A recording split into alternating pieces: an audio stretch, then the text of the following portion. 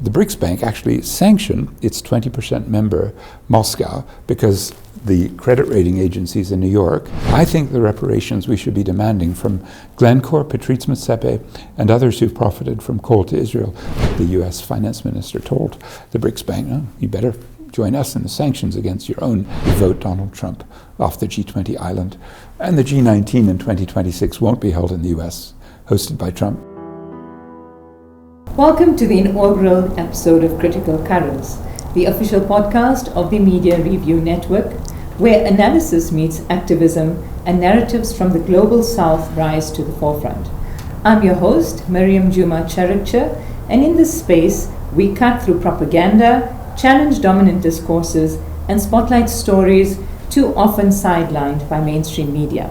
In each episode, we'll be joined by thought leaders, activists, scholars, and journalists who bring clarity to the chaos and help us to connect the dots between geopolitics, media framing, and the lived lives of oppressed communities. From the war zone of Gaza to the boardrooms of BRICS, from Sudan's shifting sands to South Africa's policy contradictions, we unpack it all critically and unapologetically. This is not just commentary, this is resistance through reason. Welcome to Critical Currents. And today our first guest, our inaugural guest for our podcast, is Professor Patrick Bond. Professor is a distinguished political economist, public intellectual, and author, and is currently the professor at the University of Johannesburg School of Governance. Professor Bond has written extensively on global justice, financialization, climate debt, BRICS, and of course sub-imperialism, which is a topic we are quite interested in today. His seminal works include Elite Transition, Politics of Climate Justice, and BRICS, an anti-capitalist critique. Also a former advisor to former President Mandela's Reconstruction and Development Program, Professor Bond is known for his sharp critique of neoliberalism and elite state capture, particularly in post-apartheid South Africa. Welcome, Professor Bond. We're honored to have you on the show. Miriam, thank you. Salam alaikum, and what a great honor. I mean, Media Review Network doing the podcast is a wonderful expansion. I always relied on the analysis, the articles, the letters to the editor.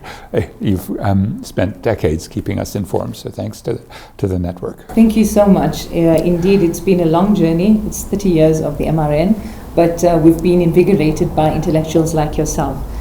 So today we're digging into South Africa's relations with Israel, the BRICS contradictions, and the role of elites in shaping foreign policy, and more critically, the climate crisis. Let's start with the sub-imperialism and Israel trade question. So you've argued that BRICS states have often reinforced the global capitalist structure rather than resisting them. So how do you see South Africa's, what some would argue, rhetorical solidarity with Palestine, squaring with its continued trade with Israel, and looking at the coal issue in particular?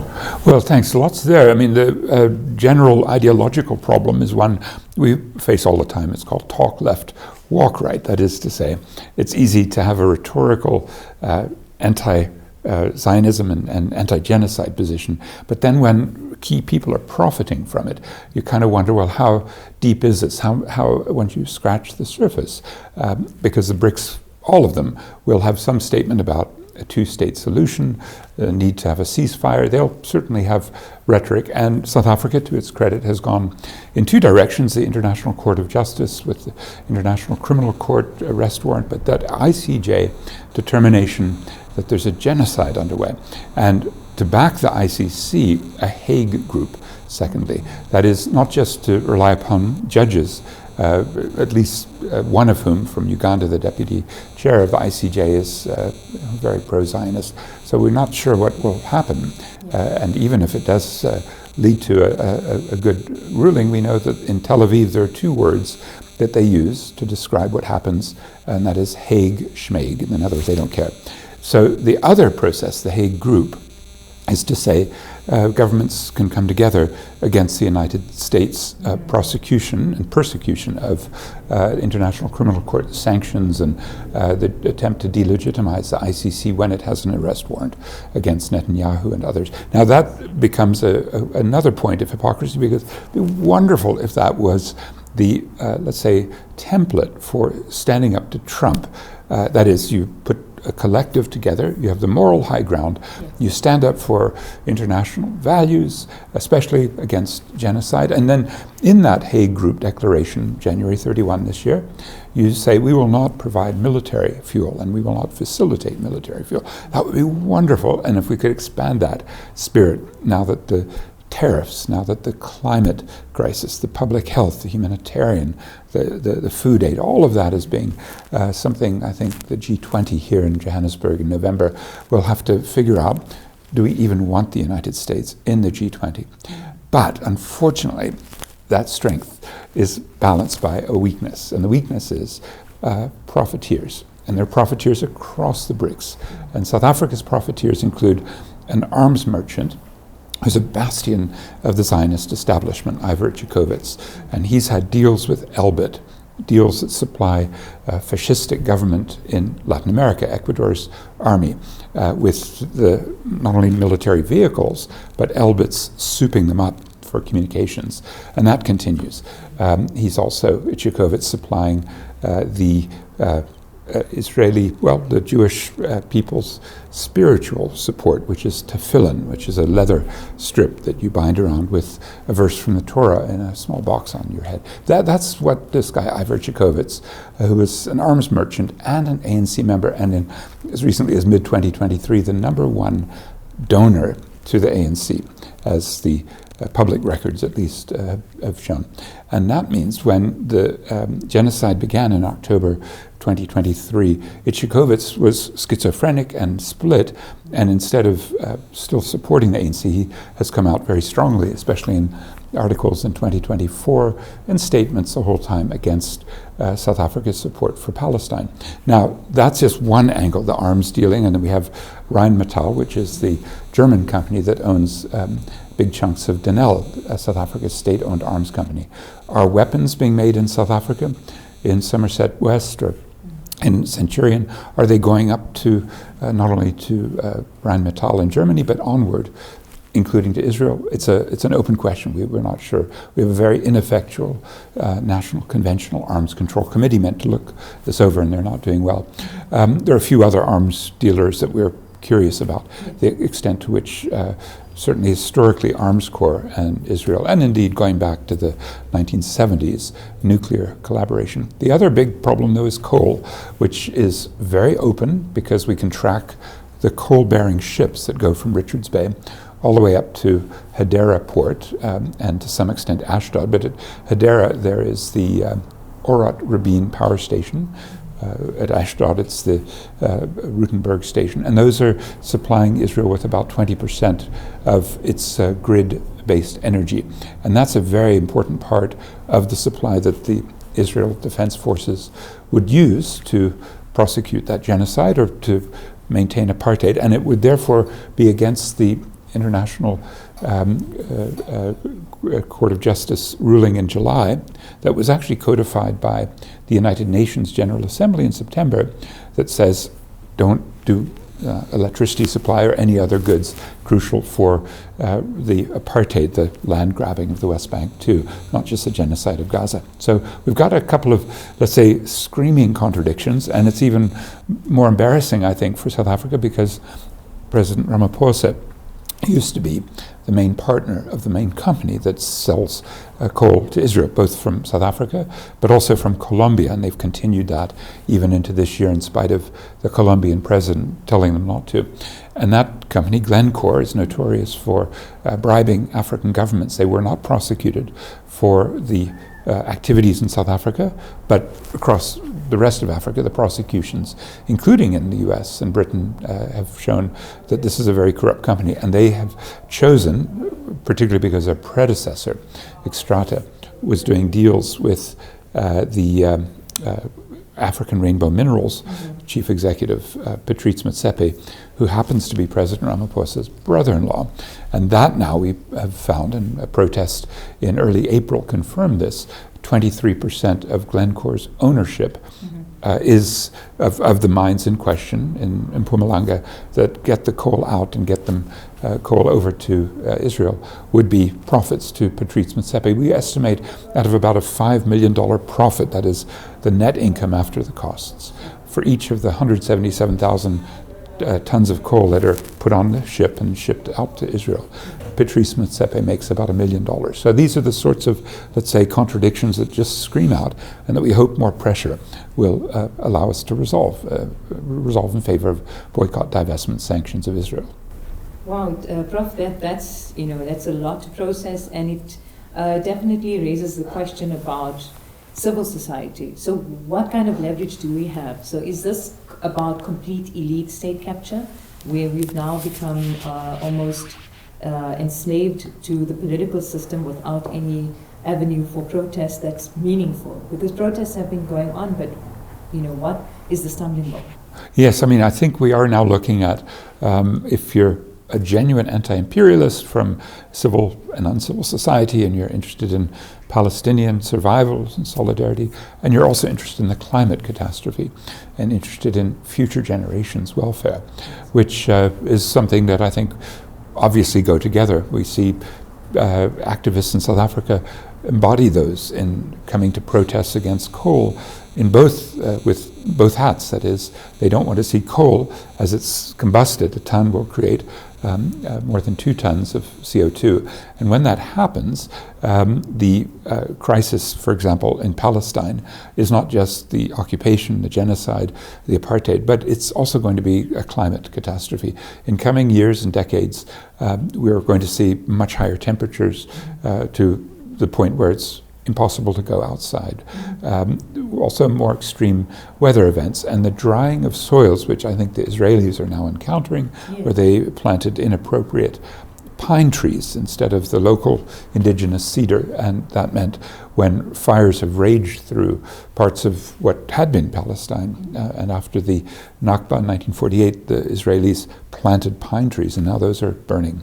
That's also because of a climate effect. We can safely say. The scientific studies aren't in yet, and I think if we can understand this Middle East site being, where there's so much oil and gas offshore Gaza that the Israelis are already trying to figure out how to steal.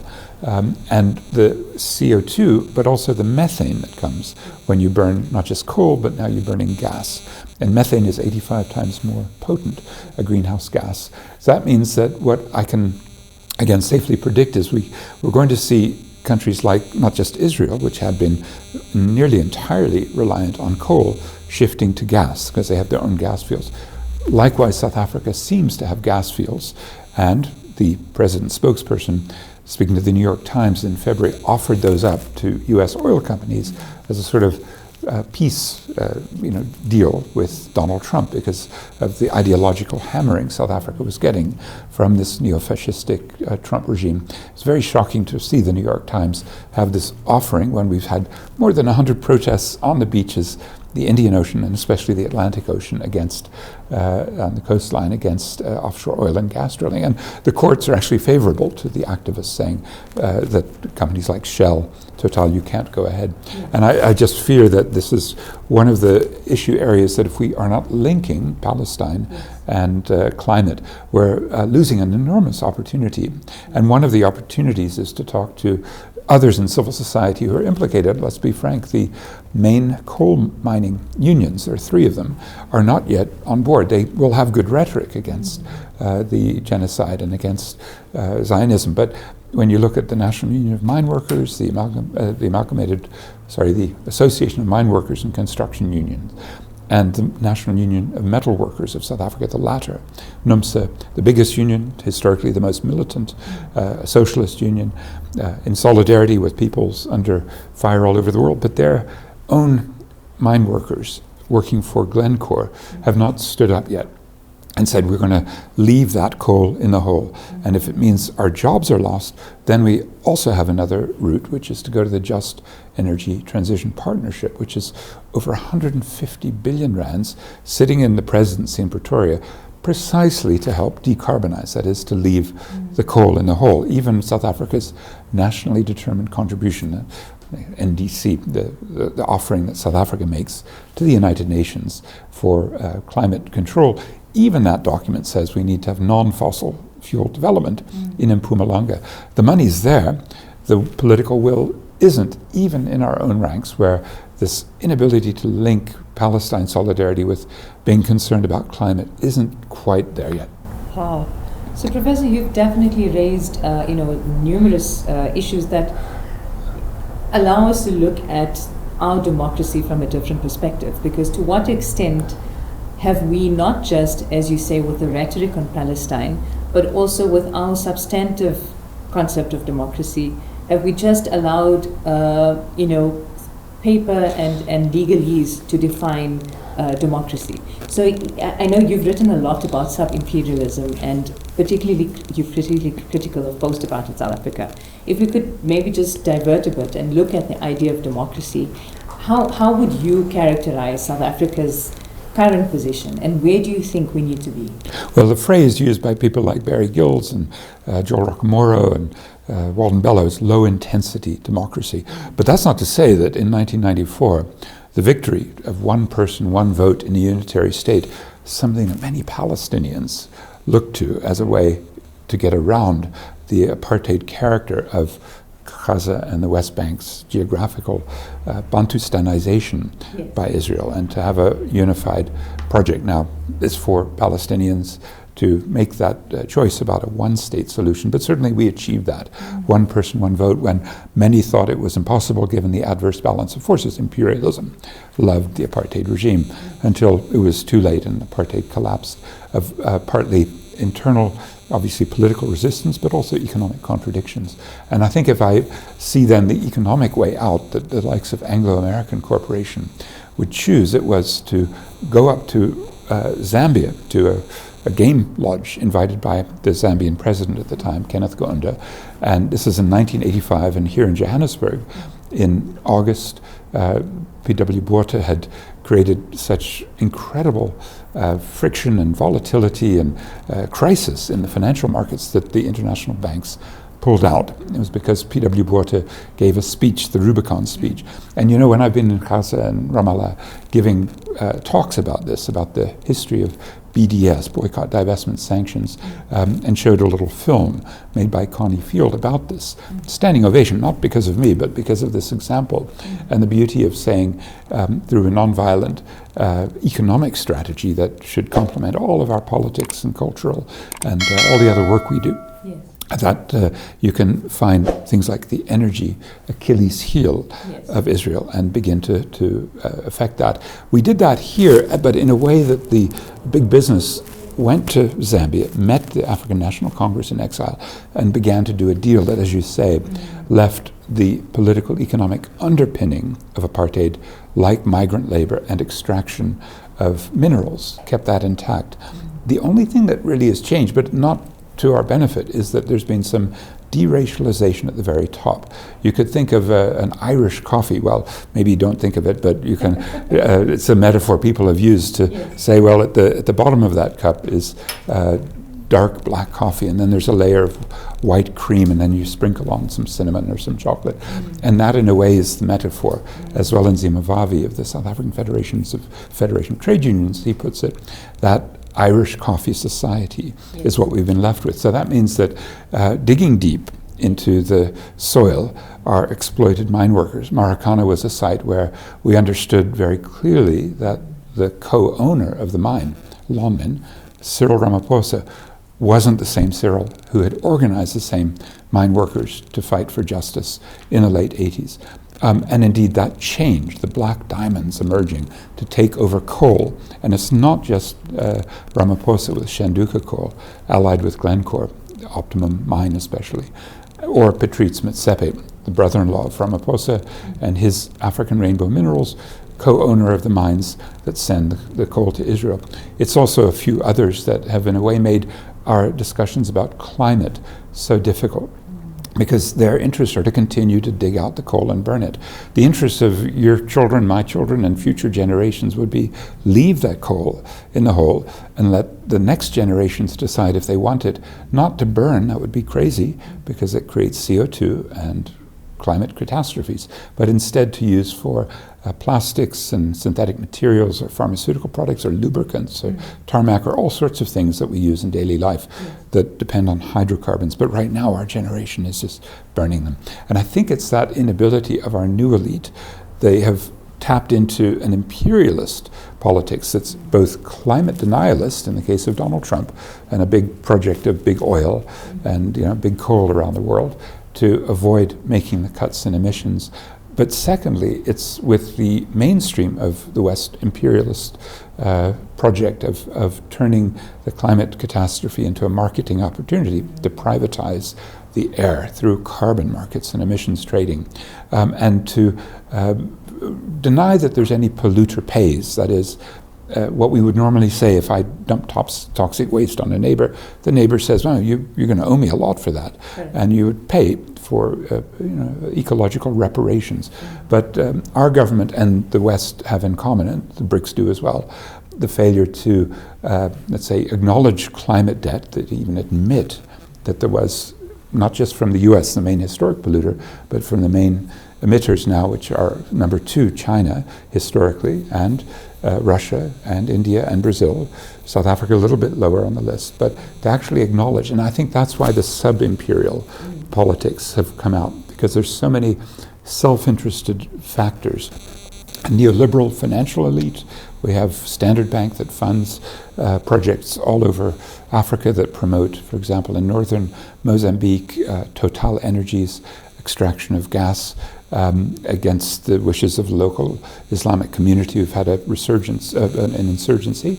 And then we've seen them in Uganda and Tanzania with the East African crude oil pipeline, and we've seen them here funding coal. So Standard is one target of the combined forces of activists saying, we don't want you to be promoting Glencore, as they have in the past, for its coal in South Africa, nor do we want any coal or fossil fuels to be funded. Those, to me, are the politics that get you around that problem. Talk left, walk right, where the government has a strong nationalist prestige of winning democracy, but then being co-opted by fossil capital, mining capital, which frankly loots the country. If you do a measure of the extraction of the minerals, which I do regularly and contest this with professionals and other scholars, you find that there's more that's taken out. For example, under this city, Johannesburg, half the world's historic gold taken out, and then the reinvestment of the proceeds is inadequate to compensate for that loss of wealth. That is, there's a net loss of our natural capital, even when you add the produced capital, machinery or the built environment, and our educational capital, our human capital, and our financial capital. You put it all together, and it's less than what we've taken out. And that's the case for all these minerals, including coal. And I hope that we can do those kind of calculations and ask the likes of Patrice Motsepe and Glencore, it's a very, very corrupt company, whose number 2 listing is the Johannesburg Stock Exchange. Number 1 is in London. And to ask them, if you're looting us, don't we have a polluter pays responsibility to get reparations? I think the reparations we should be demanding from Glencore, Patrice Motsepe, and others who've profited from coal to Israel should somehow fund good work for Palestine, first and foremost. So I hope that's one of the areas that we can say reparations for the profits you've made, and we can count the profits because we know we can track the ships that are taking them. Yes, certainly. Well, so, Prof, of course, this extends to areas like the Congo, and then we talk about Mali, and we've seen interesting movements in West Africa with regard to Burkina Faso, Mali, and Niger. But let's go back to what you were saying now about offering, the prestigious position of being a champion of the oppressed, but at the same time profiting from that. Let's look at BRICS. So what does it say about BRICS? I mean, we've looked to BRICS, when I say we, I mean the global south, has somehow seen BRICS as an alternative. In your view, where do they stand? Yeah, having studied this very closely, lots of books and articles, dozens and dozens, I certainly would say that hype about BRICS and hope for BRICS leading to ultimately helplessness. from hype to hope to helplessness is fairly common once you realize what they're doing. And it's so tragic because there has been hype about de-dollarization, about the abuse of the imperialist financial institutions, the IMF, the World Bank, imperialist trade, the World Trade Organization. And then when you actually look at the way that the BRICS tap in, now I could start obviously with Israel because Russia has, as Vladimir Putin estimated, 2 million Russian citizens that he's responsible for who live in Israel. They're some of the most right-wing, pro-genocidal and IDF active citizens of Israel. I think there are about 7.2 million Jewish Israelis, and of those 2 million, according to Putin, 1.3 million according to other sources. But you'd regularly find them, as hostages. You find them in the IDF. You find them in the right-wing parties. And then you've got Russian coal going there. Then we could go from Russia to Brazil. Brazil has Petrobras in league with Total to send oil to Israel, and they're about 9% of the supply is from Brazil. And Brazil has also had a long-standing military relationship with Elbit Systems. Then we could go to China, which is the biggest, and it's so tragic that Yahya Sinwar of Hamas is known his last minutes, his last seconds, because of a drone. And these drones, by and large, are coming from the consumer markets, from state-owned companies in China that have been able to flood the world with drones, and Israel is one of the big buyers, and they worry that, maybe there's some software, or there's some problems we're going to have, so we deconstruct the drones, put them back together, and they send these drones in for surveillance, but also for actual attacks. And then you have about $20 billion a year of trade between China and Israel at peak, and the privatization of the Haifa port and the Ashdod port. Privatization that's both from the Chinese, a Shanghai state-owned company doing the Bay port, which is a major port for Haifa, and then an Indian company, Adani, which has got the other part of the Haifa port. And the Indians are supplying lots of military supplies as well, and workers that have replaced Palestinians. So then I think those are the main 5 BRICS that we look at ourselves in South Africa as the main supplier of coal, but also of raw diamonds. They come back sometimes processed, of grapes. So these are the sorts of relationships that mean when you hear two-state solution and you hear the calls for ceasefire, well, what pressure is being put on? Like Turkey, when the leader Erdogan has said we're not going to have trade. Well, it turns out there's a lot of ways that the profiteers in Turkey can go ahead and get their activities, continuing into Israel, and I fear that's what the likes of Ivor Chukovitz with his admitted tefillin supplies to the IDF, or deals with Elbit, or this coal supply, or the diamond dealers, or the grape dealers, they're all able to do without a second thought, because we haven't yet got the BDS movement to the point where we've embarrassed this government to stop it. It would be easy to stop the Trade and Industry Minister, Park Stow, said we can't stop the coal trade because of the World Trade Organization non-discrimination clauses, but when you see what Donald Trump's doing with trade, you can just say, well, forget it. The WTO, which doesn't really even have an adjudication panel anymore because the US sabotaged it. So I don't think there's any basis for South Africa, which has the ability to regulate dangerous exports, and the danger of coal going to Israel to fuel the genocide is so obvious. Park Stow looks like one of those in this government who's ready to bend over backwards to Donald Trump and do deals with Israel. And it's, I think, in his case, an ideological problem. He's drunk the Kool-Aid, as they say. Taken over. I think those other new BRICS, like with the exception of Iran, all the others, even Indonesia, the newest one, which is the largest Muslim population, even they have deals, and their new leader had done some time in Jordan and had done some Israeli military deals. But particularly the UAE and Egypt are very, very close allies, but also Ethiopia, and Ethiopia supplies soldiers into the IDF.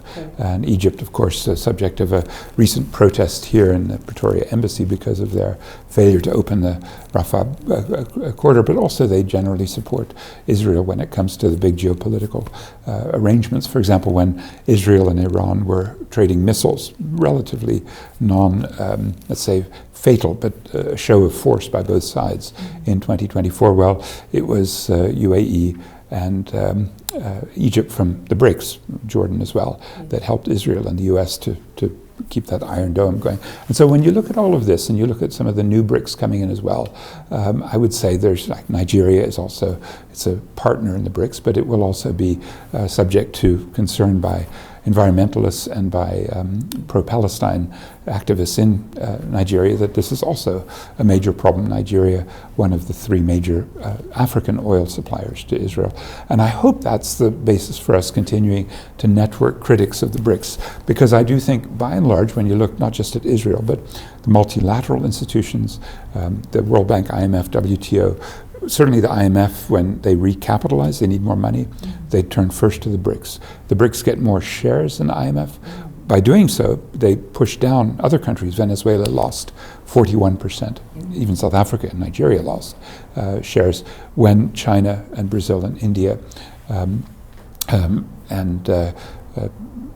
Brazil, Russia, India, and China, 4 of the 5 BRICS got much greater shares of the IMF in 2015.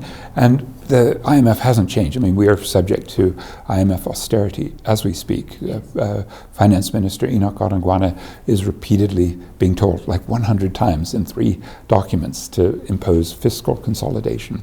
So when USAID pulls out its AIDS medicine support, PEPFAR more or less closes. That's around 8.5 billion rand, and Enoch Godongwana looks the other way because he's so tied up with Western financial markets. Speaking of which, I mean, the BRICS Bank is as well. It's a new development bank. Yes. Where here in Santon we have a branch.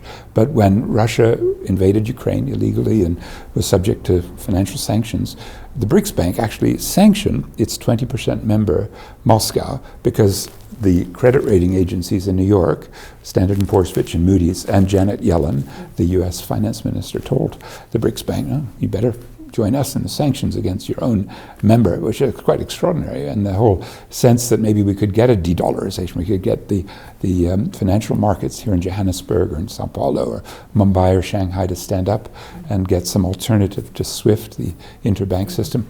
Unfortunately, that was part of the hype and the hope and ultimately the helplessness. Even Ibrahim Rasool, when he gave his infamous seminar presentation to the MISTER, the Mapimburgwe Institute, basically said, don't even talk about it. It will get us punished. So don't even mention de-dollarization.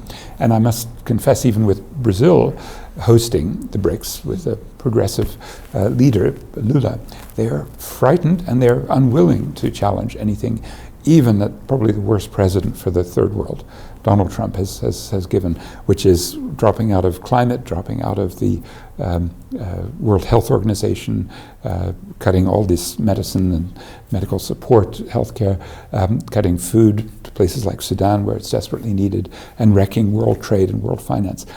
There, to me, is an argument that the BRICS could be anti-imperialist, and South Africa could say to Donald Trump, you obviously have no interest in multilateralism. Why are you in the G20? We make it the G19. Everybody, with maybe 2 exceptions, Argentina and Italy, everybody else would say, yeah, we vote Donald Trump off the G20 island. And the G19 in 2026 won't be held in the US, hosted by Trump, maybe Mexico, but hosted by Claudia Sheinbaum. So I would hope that's the sort of spirit that comes through. But the fact that I'm having to suggest it, and there are very few others in the country who are, shows you that we're a long way away. Well, certainly that's definitely what I wanted to ask you, Doc, in that as well, the G20 as a missed opportunity. But before we get there, let's look a little bit to the question of Zionism as racism. So should South Africa push for this revival of the UN 1975 resolution? Because I think the challenge was to accommodate the Oslo Accords, and in order for the Israelis to come on board, that's how it had to be rescinded. Do you think there's now a case for it to be put forward again in order to give Israel much firmer push in the right direction against the genocide? Oh yes, I agree with Edward Said's critique of Oslo, because that was already, unfortunately, Yasser Arafat brought into a bad deal, and it was already with the breaking up of Palestine and the acknowledgement of those borders. It was already a travesty. But then when you think that Zionism is racism, that very clear message that was coming from the majority of UN members had to be reversed. And now, if you're anti-Zionist, you can also be accused in many jurisdictions, officially in the courts, of being anti-Semitic, which is outrageous. The Palestinians are Semitic people. This is an extraordinary abuse of phraseology. And as someone whose own great uncle served in the Rote Kapelle in Germany, fighting the Nazis, and was caught and executed. He was the leader of a group, his name Harro Schulze-Boys, and Jewish members of my academic family who had to go to the United States during that period. These are extraordinary, let's say, distortions of a reality when we could have absolute solidarity with Jews who are being oppressed on the one hand, and a critique of Israel coming up in Palestine in the way that it did, and then through theft and dislocation and massive destruction and death. And there is a group, South African Jews for Palestine, and their allies all over, who are saying that very clearly. It's outrageous to say that if you're against the Zionist project of settler colonialism in Palestine, then that makes you anti-Semitic. And I think it's terribly important to keep contesting that, and certainly would welcome a move to say, yeah, Zionism is racism. It's racism, right. And now, talking about the role of social movements, Prof, you've now emphasized this power of the grassroots mobilization. What role should movements like BDS, which you are very involved in, how should they engage with government in terms of policy? What has been your experience? How have you been received by government? Well, because we have an extremely progressive group in DIRCO, the Department of International Relations and Cooperation, I think there's no question that the message is getting through. The question is, have we got enough pressure outside to overcome that huge contradiction where there are people at the very top of our government, President and his brother-in-law, who've had deals with Glencore, the main profiteer from selling fossil fuels to Israel over all these years.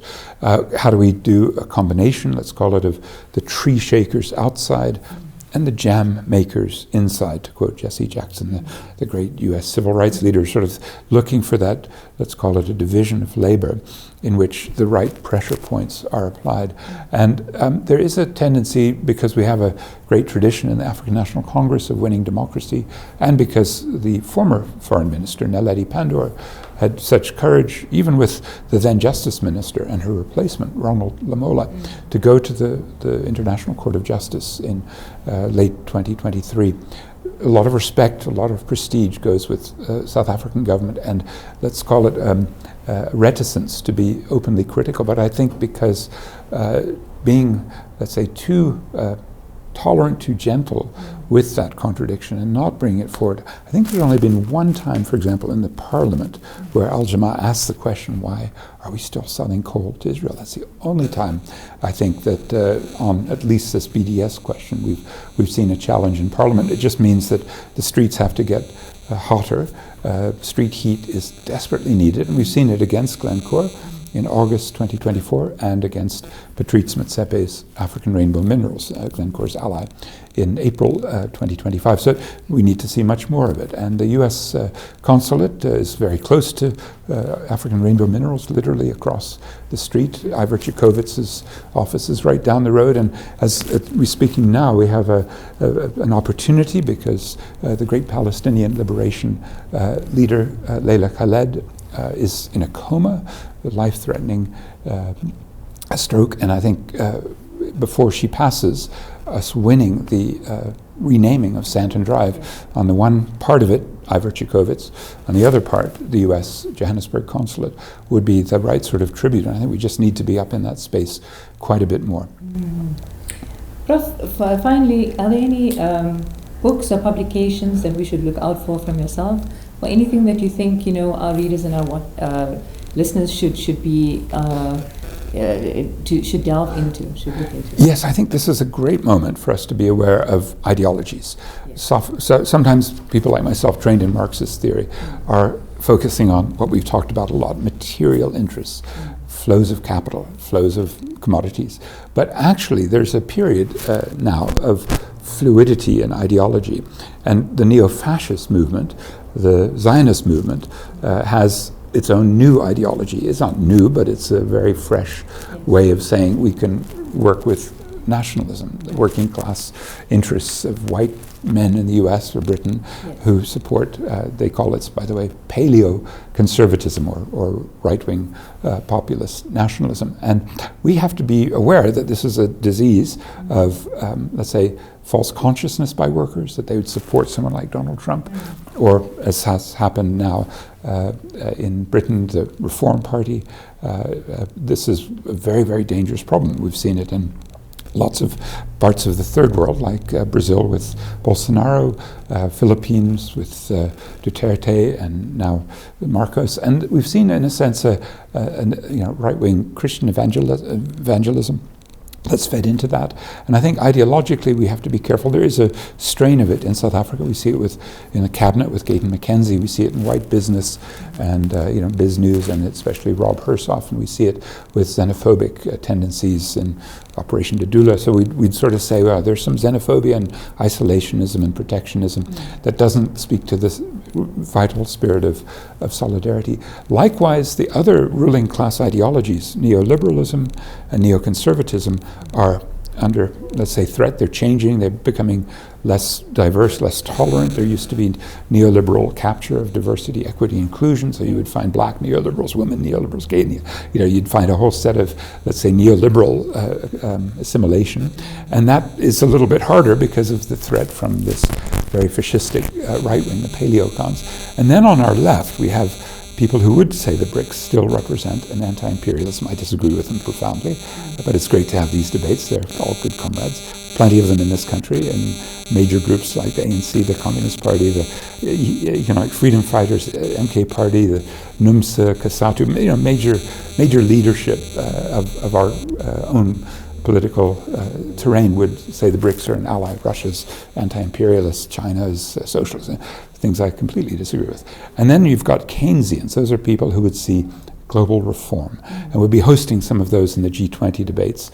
From the left, they don't have much chance to succeed, but it's terribly important. And I think of those, the most important is what we're doing in Palestine solidarity and climate solidarity and Black Lives Matter solidarity and feminist solidarity and economic justice and debt cancellation. And we could go on and on. All of these grassroots and sort of progressive movements that include some intellectuals like myself who can have a little bit of free space to contemplate these links. And we would call that the global justice movement. And it's got, I think, a spirit still that began in the mid-1990s in a place in Mexico called Chiapas with the Zapatistas in it, peaked in a place called Seattle when the World Trade Organization was shut down. And we could say, well, the greatest success was getting antiretroviral medicines for about 7.8 million South Africans who are living with HIV, and they can get their medicines because we defeated the World Trade Organization in the early 2000s to get those off of intellectual property, made generically, given out free by the South African government. That'd be the sort of, let's say, spirit I would look to inspire, to continually inspire us to decommodify and to de-globalize capital through international solidarity. And I think the social movements of the world and the labor movements and the feminist movements and the Palestine support movements especially have been exemplary. And I'm hoping the climate movement catches up, because in a way that's the greatest threat of all. And in a place where South Africa has so much coal, and that coal is going to Israel to fuel the genocide, it's an absolute imperative that we all get involved and bring that to a halt. And I think exactly as you've said, Prof, the environment is almost the core issue that all the other issues almost rotate around. So if we're able to then focus on the environment and how it impacts every aspect, economically, politically, socially, then we'd be able to then create perhaps a more cohesive global justice network. Because as you've said, there's so many different movements, and perhaps finding a common theme around the environment would give it a greater cohesiveness.